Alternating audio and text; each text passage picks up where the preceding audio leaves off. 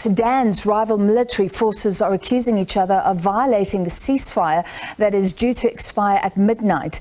The deadly conflict is entering a third week with warnings of a slide towards a catastrophic civil war. Hundreds of people have been killed, thousands wounded since a long-simmering power struggle between the Sudanese army and the paramilitary rapid support forces erupted into a full-blown conflict on April the 15th. Joining us now from Juba in South Sudan is SABC News correspondent Patrick Oyet. Patrick, thank you for being with us. We've been covering the South Africans that have been evacuated, all countries trying to get diplomats and citizens out, and to facilitate that and some sort of stability, there was a ceasefire. Has it held?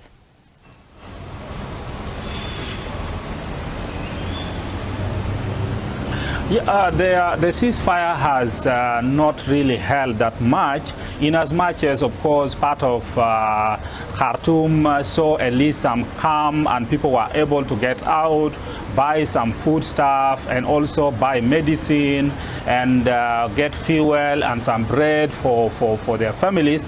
Other parts of Khartoum has never really had calm. There have been gunfire, there have been bombardment from the Air Force of the Sudan Armed Forces, so it has not really been calm. However, we are just hearing a report that has come now that the Rapid Support Forces have said that there is extension of the ceasefire, because the current ceasefire expires at midnight today, Sunday. So Rapid Support Forces are saying they have agreed to extend a ceasefire by another 3 days, 72 hours. We have not yet heard from the Sudan Armed Forces whether they are also for the same. The information we are having from the Sudan Armed Forces is that they have deployed police in some areas where actually calm has been. They say that these police are supposed to make sure that residents are not looted, but the Rapid Support Forces are saying they're against that deployment of the police.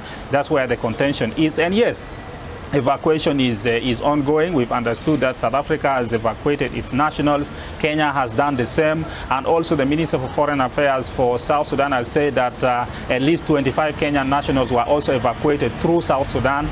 So other nationals are also continuing to try to get out of Sudan. There are those who have moved east to Port Sudan. That is almost more than 700 kilometers from Khartoum. But then upon reaching Port Sudan, there is now some kind of confusion. People want to leave. Some of their countries have not yet sent either ship or planes to take them. So at the moment, Port Sudan is also congested with a lot of people.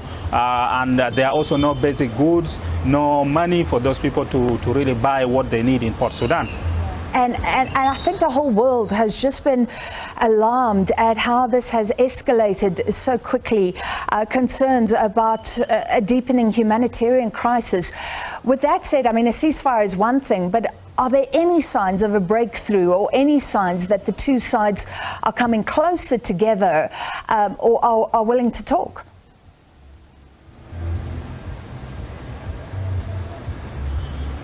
No, there is, of course, some kind of effort in the region. For example, the Intergovernmental Authority on Development, or IGAD, which is the East African regional body where Sudan actually is the chair at the moment, has appointed President Salva Kiir of South Sudan to head a team of presidents, including President of Kenya and President of Djibouti, to try to find a solution for Sudan's crisis. Yes, whereas this team is on the ground, especially in South Sudan, and they keep saying that they're in contact with the generals in Khartoum, there is still no proper indication when talks will start, or have they even agreed for some kind of framework to have talks, because the issue with the Sudan's case is that we are just in the first stage of trying to stop the flying of bullets. For any meaningful peace process to begin, the guns have to go silent, and the guns have up to now failed to go silent. So this is the effort that the region is trying to make, to first of all make sure the guns go silent. It is not happening. We're also hearing Saudi Arabia saying they are also ready to try to mediate a peace deal. The same to Egypt, and also we are hearing the US talking to the fighting generals. But on the ground fighting is ongoing, and there seems to be no clear indication as to when the peace process will begin, where it will begin, what is the framework. There is totally nothing, and that's the worry for many Sudanese people. There is also no accountability. For example, those who are violating the ceasefire, nobody is condemning them, and they take advantage of that. So it is a very difficult situation for Sudanese people now, who expect that there will be some kind of pressure, international pressure on the generals, so that they can go to the negotiations tables. Because many of the Sudanese people we talk to, they tell us that at the end of the day, this kind of fighting, nobody wins in the battlefield. People will have to go on the negotiations table. And as long as you prolong it, you are just prolonging the suffering of the people. At the end of the day, the generals will go and talk and agree. And what good will it do if you have already lost so many people and infrastructure also?